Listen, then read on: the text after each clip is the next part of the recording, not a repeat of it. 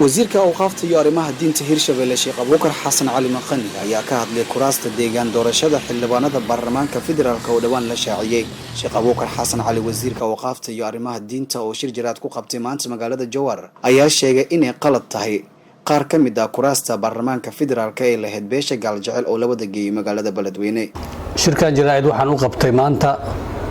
marka hore waxaan bogaadinayaa soo dhaweynayaa heshiiska madaxda dawladda Soomaaliya federaalka Soomaaliya iyo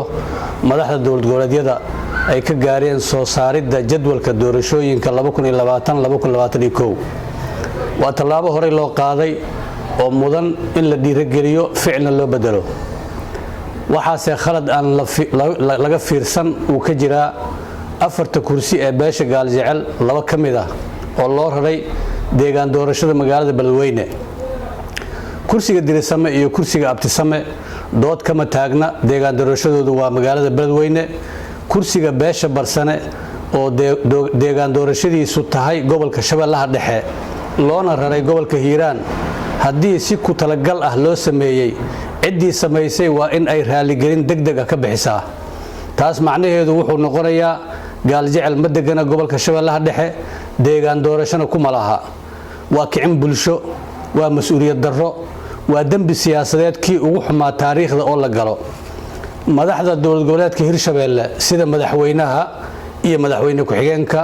waxaan u soo jeedinayaa inay jawaab cad ka bixiyaan dulmiga qaawan ee aan haba yaraatee wax marmarsiyo ah aan qabin ee lagula kacay beesha Gaaljecel ee degan deegaan doorashadooduna tahay gobolka Shabeellaha Dhexe waxaan idin leeyahay xilkii aad ummadda u hayseen ha ku soo khatimina inaad ka aamustaan dulmi intaas la eg taariikhdana yaysan idin gelin